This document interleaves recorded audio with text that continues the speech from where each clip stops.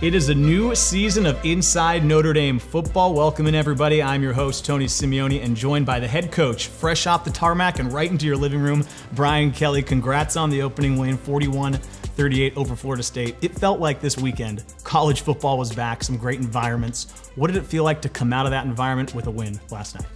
Great, and our players needed to recognize that. They felt like, all right, this maybe was closer than it should have been, but college football is such that, it's difficult to win, and they have to sacrifice so much, right? From, the time they go to bed to what they put in their body to not going home and seeing their family. There's such a sacrifice, and they have to enjoy winning. And this was a very difficult team to beat at home. Celebrating the legacy of Bobby Bowden on national TV, the first time that they could bring all their fans back into the stadium. This was a recipe set up for Notre Dame to go in there and not win a football game. And these kids persevered in overtime and won the football game. Let me ask you then, 41-yarder from Jonathan Dorr, as he was swinging the leg, what's going through your mind as the head coach? He's gonna make it. He's gonna make it. He's been really clutch. If he didn't make it, it is what it is, but he's been really, really good in his career in making those big kicks, and just felt really confident. And we kind of set it up that way. We were very conservative in our play calls when they missed theirs. As you could tell, we threw a high percentage boot and then ran the ball a couple times, kept it on the right hash for him, and felt like he was going to deliver. All right, when we come back, we'll break down the entire game in its entirety. This is Inside Notre Dame Football, presented by Tire Rack. Welcome back to Inside Notre Dame Football. It's now time for this week's game breakdown. Coach, let's start right at the top. First drive of the game. I can't imagine it going much better. Jack Cohn looked great in his first drive, but what did you like out of the offense on that opening drive? Starting fast. That was really the mantra with this football team. Go on the road. 4 quarters of football for Notre Dame: start fast, attention to detail, effort and enthusiasm, and finish strong. I think we got 2 of the 4 right. We'd like to fill it in a little bit better, but starting fast and, fourth down call that was very decisive. We knew we were going to go for it. And so we were able to get the play call in right away, which hurt them a little bit. They didn't have the coverage lined up. And go to the guy that makes plays for you. We get it to Mike Mayer. We scored the touchdown right away. First couple defensive drives looked really sound on the defensive end. Of course, Marcus Freeman, the new defensive coordinator. What did you like from the defense those first 2 series? Yeah, we caused some havoc. There were tackles for loss. There was the kind of defense that we expect. I think our players went in there with the right mindset. Over a period of time, we went back to an old mindset of how we used to play defense. And we played good defense, don't get me wrong, under Clark Lee, but it's a different mindset in the way we want to play with havoc in mind. And so, there were good things. We needed to actually capitalize on offense in that first quarter. We had 3 situations in third down that we didn't convert, and 1 in fourth down, where I think we could have extended ourselves offensively and maybe quieted that group down and maybe added some doubt to Florida State. And not capitalizing there, Tony, probably put us in a position where we had to fight a little harder. Offense kept it going to big screen pass on 3rd and 17 to Kyron Williams. Then you get down there on 3rd and goal. He pounds it in. What'd you like on that drive that gave you guys your first 2-score lead of the game? A well-executed screen. I mean, it's hard to get those linemen out sometimes. And to see those big guys out there in a first game, well-executed screen, the timing was excellent. Jack showed really good patience in there. And then to make the blocks downfield. Sometimes hard to execute in camp screens because you're trying to keep people up and you don't want to cut, and I thought they did a really nice job executing. People are going to see the 38 points and think maybe the defense didn't have their best game. I know you said there's stuff to clean up, but they got another takeaway on the next series. So back-to-back series, again, Hamilton's in on the play. Clarence Lewis gets the pick. What'd you see on that play to get it on 4th down? Yeah, I thought Clarence did a nice job. We were in a double zone. He really sinks on coverage. They're trying to run the smash corner, what they had run earlier before. It does a nice job of laying off on the underneath route, which was insignificant. If they throw that, we're going to come up and tackle it. He sinks, does a great job, covers the route. We get a nice pick there, and it puts us in really good field position. So they were able to get 18 unanswered, tied at 38. You guys head to overtime. You go out and win the toss. I want to ask just real quick, strategy-wise. You win the toss. Why do you pick defense first? Well, certainly you want to know what you need, and as it played out when they missed their field goal, we were able to call plays on offense that were safe and really set it up for the field goal. If they score, then obviously we're going to call different plays. We're not going to play conservative in that situation. We need to get the ball into the end zone. So by going on defense first, you get a chance to obviously find out what you need and call plays accordingly. Knowing what you needed, it just seemed like you guys were so confident Jonathan Dorr could take you home from 41 yards. What gives you that confidence that he can win a game like that in that environment? He's been really good. You know, I go to the Clemson game where he made the kicks in the Clemson game in overtime, and you know, he just has been really good in those big moments. He locks things out, does a really good job when he's called on in those big moments. Any of his misses have normally been out of his range, or you know, games that you know, are add-on points, you know, but when he's been called upon in those big moments, he has the ability to really lock in and deliver. Last thing I'll ask you as we break down this game is obviously plenty to work on this week as you get set for Toledo, but as you look back on the contest, what's maybe the biggest positive you take away from a team that went down and got that overtime victory? Well, I like the way they handled themselves on the road for the first time. We took 80 players on the road, and a lot of them were first-time guys that have traveled. And then to go into a very difficult environment against a really talented team that had 16 transfers, you didn't know the quarterback situation, you lose an 18-point lead in the fourth quarter, and with all that, you have the grit and the determination to win an overtime game for the first time on the road since they started playing overtime. So, all in all, pretty good day.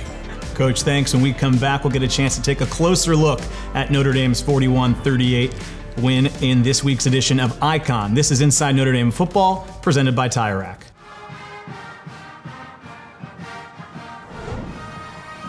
Game day. First game, you know what we gonna do? Let's go! It's game time now, men. It's time to get after it. Physicality wins. Let's go win a football game. Go. Cone to pass on 4th and 1. Wide open, complete. Mayer striding into the end zone. What a start for the Irish. Let's go, O. That's Notre Dame football. Backed up, can't survive it as they swarm in and take him down.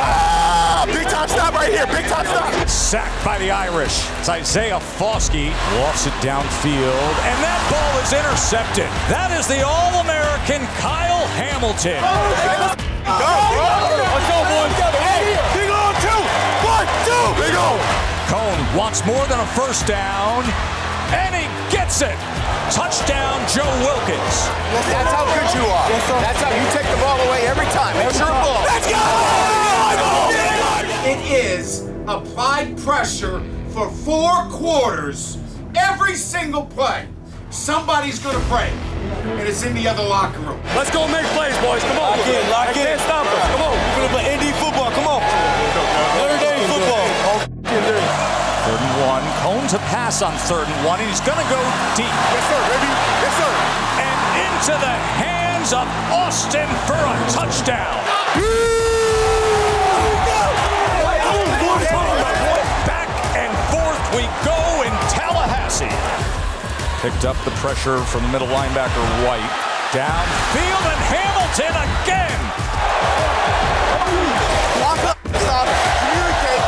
Let's go. Back to the basics, okay? Let's go. Cone sets up the screen to Williams on 3rd and 17. Oh my God! And Williams is breaking free. Explosive play for the Irish on 3rd and 17. 3rd and goal. Out of the backfield is Williams. 1 cut, a second, a stiff arm working for the pylon and gets it. That's what I'm talking about, Connor. Go, Jordan Travis to pass. Intercepted. Clarence Lewis. This Notre Dame team is just so physical, man. We're going to overtime. One play at a time. Let's dominate up front. Let's go. Do your job. Third down and 4. Watch for pressure from Notre Dame. They bring heat. Milton loses the ball and then has to fall on it. Good job, defense! We're gonna go win the game. Let's go. Here we go. Let's go. Come on. 1, 2. Does Dorr have the luck of the Irish? He does. Great way to start the season. The Irish win it in a thriller in Tallahassee. Game's on. That's a dub. Take a nose home. Take the nose home, baby.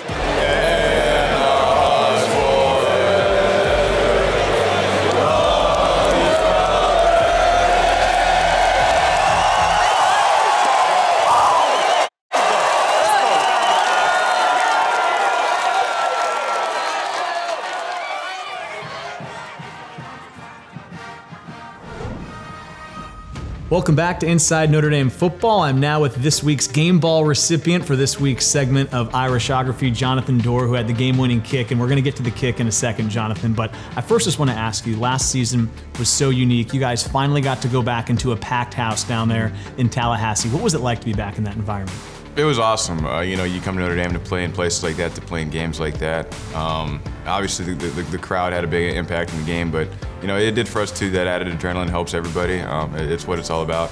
So I think I welcomed it. I think the team welcomed it. It was a great atmosphere for us.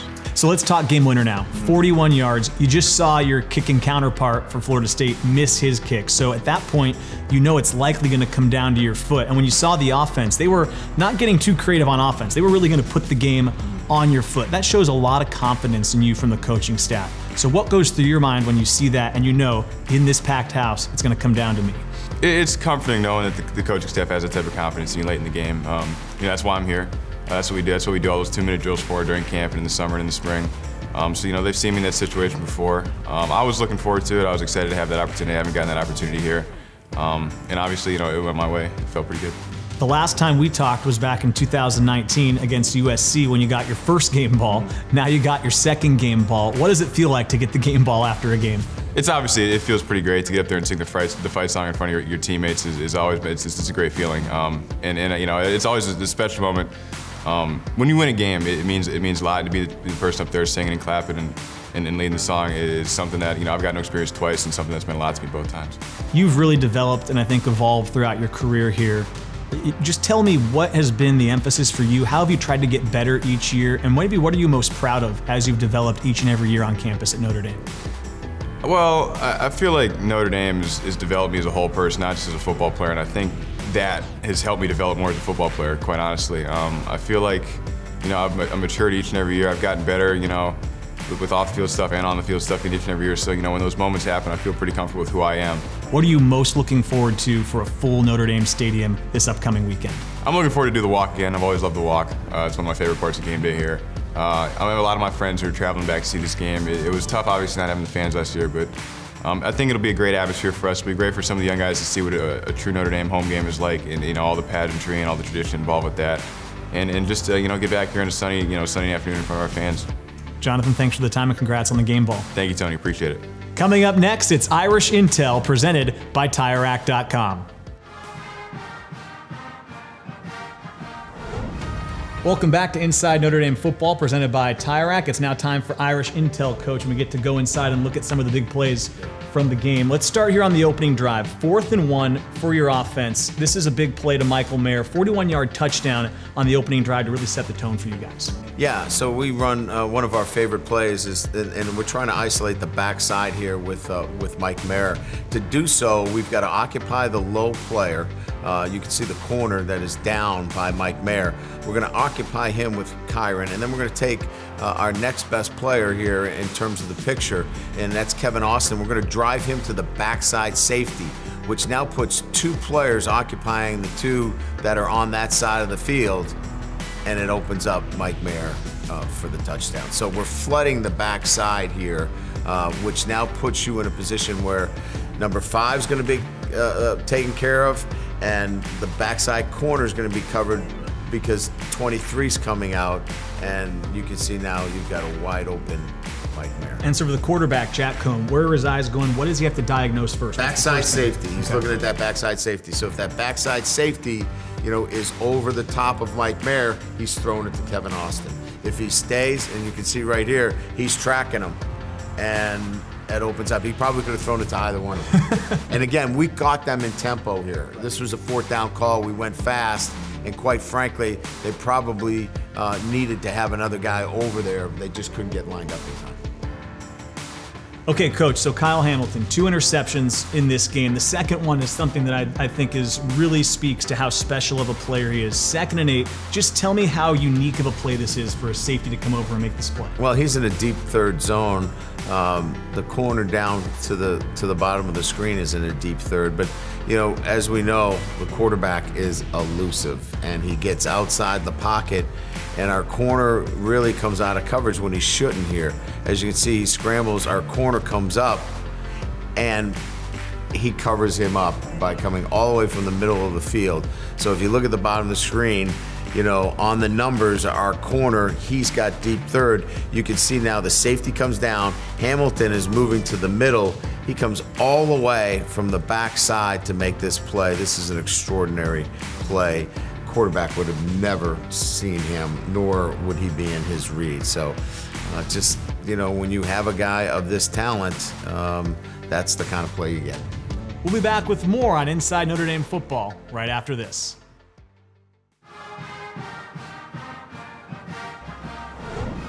Welcome back to Inside Notre Dame Football, presented by Tire Rack. Tony Simeone with the head coach, Brian Kelly, as we wrap things up. Coach, looking ahead towards next week. A short week this week. You guys got back really late Sunday night, really technically Monday morning as you get ready. What's the biggest challenge that presents for you and your team as you get ready for Toledo? Yeah, preparation, right? The mental and the physical. But that, as I mentioned, that was a physical football team. And we got guys banged up. We lost some guys, so we've got to make some changes relative to the depth in certain areas and get these guys physically in a good place so we can prepare them for a really good Toledo football team. So, looking at the schedule, being smart, making sure that our guys are in the training room, getting the proper rest, nutrition. Mature football teams understand how important that is, and they're going to have to be really on it this week in their preparation. You mentioned Toledo, a really consistent program out of the MAC. I know it's early in the week for you guys, but what challenges will they present? What will you have to be on top of as you prepare for them? They're going to play fast. They're going to play free. They're going to play physical. We're just coming off a physical game. We got to put that behind us, and we got to move to it quickly. And they're well coached, and it's a mature team. A team that returns virtually all their starters on offense and defense, and a winning program. Jason has done a great job of bringing this team into these kinds of environments and playing really well. So he's got a history of doing that. So we expect a really, really good challenge from this football team. You got a chance for your team to see a great environment on the road in Tallahassee. Finally, you come back home. I think everybody's excited to see Notre Dame Stadium full. What's maybe the one thing you're looking forward to most as you guys get to go back into that full stadium? Oh, the running out of the tunnel. Come on, that never gets old, and just having the capacity crowd, the tailgating, the pep rallies, and all that goes along with the great traditions of Notre Dame, and then the fans being in that stadium is what it's all about. It's part of the Notre Dame mystique, but it's also real, and so it's going to be fun to get our players back into the stadium and work on getting another win at home. Coach, thanks for the time. We'll talk to you next week. Thanks, Tony. Appreciate it. That does it for this week's edition of Inside Notre Dame Football, presented by Tire Rack.